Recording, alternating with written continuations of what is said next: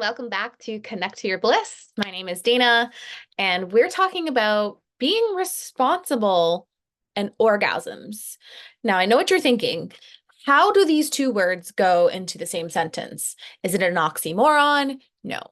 It is actually a fact that you are responsible for your orgasms. We've not been taught this. We've not been really accustomed to being like, oh, I'm going to be responsible for my orgasm. No, we're here to talk about how your happiness, everything you do is all for you to really cultivate, be intentional with, and really figure out what are those things that make you happy and how your body is naturally built to have orgasms and why that's important. So last week we talked about Tantra. We talked about how it's not all about sex. However, it would enhance the sexual experience or any creative force or outlet that you have going on. So orgasms are really important. I would love for everyone to replace orgasms with replace coffee with orgasms rather. This Miss Kimanami is someone who's like, I don't do coffee, I do orgasm breaks, which is so freaking amazing. And it's true. Your life force energy is cultivated in your sacral. Your sacral is your life force energy. It's responsible for creativity, procreation. So having a baby, a life form. Yeah, life form, life force. Very cool. And just any creative project. It's about money, it's about flow, it's about abundance. How are those things interconnected? And maybe if we really got responsible for our orgasms, your whole life would change. So, this is definitely a topic you want to pay attention to and really dive in for yourself. Why am I not having the orgasms that I think I deserve? And why is the other person, maybe you're in a partnership or maybe you're going out Tindering or on dates, which is totally your vibe. That's totally cool. But I have to tell you, no matter who you're with, it's going to be up to you whether you have said orgasm or not. And the greatest thing you can do is surrender. Surrender, let go. If there's anything blocking you, if there's anything in your way of, like maybe you're thinking of the to-do list or the kids gotta get soccer practice, I have to make dinner. No, no, and no. Ladies, especially you, please, for the love of all things holy, let go. It is a surrender. Orgasm is a release. How can you release passionately, fully if you're holding on to something? So this is a really great way to start is just really letting go every single day of something.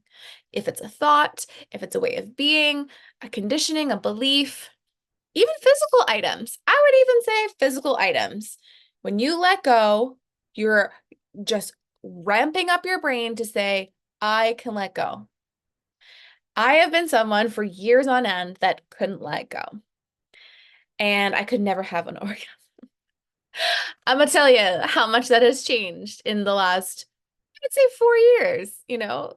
Everyone has their own journey. But it wasn't until I said, you know what? I'm taking matters into my own hands. I am going to self-pleasure. I am going to communicate my needs and my wants. So this is all part of being responsible for your orgasms or your joy or your happiness or your just overall pleasure in and out of the bedroom. It doesn't always have to be about sexual things. So I just really want everyone to know that you can change your life when you take back control.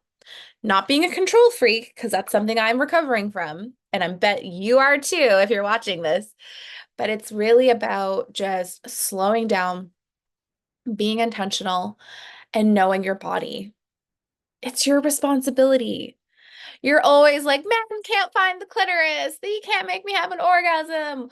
Well, honey, I'm sorry. When's the last time you actually knew your whole full anatomy and how it functions? Do you still think the G spot is a myth? I don't know. But if you do, you're going to have a really hard time connecting with your body, your whole sacred vessel, your being, your essence. Because if you can't trust yourself and your body, how on earth are you going to trust someone else to navigate you? So it's always in our best interest to figure out self first. It's not selfish. And even if it was, let's redefine this word. What is the root word of selfish? Is it not self? So why is this a bad thing? Again, I'm going to bring this factor into probably every episode, but you are human, which means you're a meaning-making machine. How you do one thing is how you do everything. These concepts are absolutely everything I live by, and really to start understanding myself, my orgasms, and now my partner. Consider I wasn't able to attract him before I figured out how to really give to myself. I had to be both the masculine and the feminine support. And that is being responsible. Let's even break down the word responsible because honestly, it's still like a negative thing. Like even my partner sometimes, oh, I've got to be responsible. I'm like, what does that even mean? But responsible, the way I have learned it from my amazing mentor, Adele Tevlin, my mentor says, responsible means your ability to respond. So that would really point to being intentional because when you're intentional, you're not always reactive, you're more responsive. And this is where we want to be. If you can take a moment, take a breath, and really feel the moment, there's nothing wrong here. Someone cut you off in traffic, or they said something to you, but you made it mean something.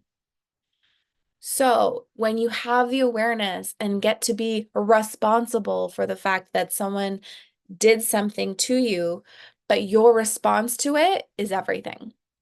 It's like the saying, it's not what happened, but it's like, what are you going to do next? So always remembering everything you do in life is the same in and out of the bedroom. That's why I wanted to come on here today and really dive into this concept and get your juices flowing, pun intended, and your brain power. Like, hello, love on yourself. You have your mental body, your physical body. Yes.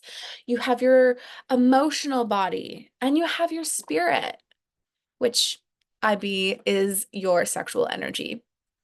When you really get to know and like and trust yourself, everything else falls into place.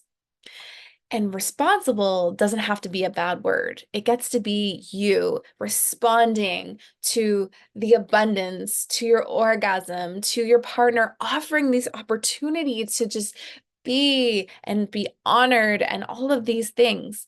So I really want you to feel into what is true for you. Am I having orgasms? Why or why not? Do I have an expectation that someone else is responsible for this? What can I do today to shift gears into how I respond to things in my life? So I really want you to contemplate these things.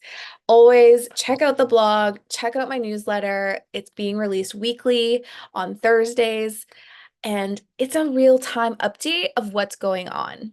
I will always refer back to these videos and the blog because there are juicy nuggets that I've learned in the past, but I always want to give you an updated version of how things are going, how I'm practicing everything in life, and how you yourself can do the same.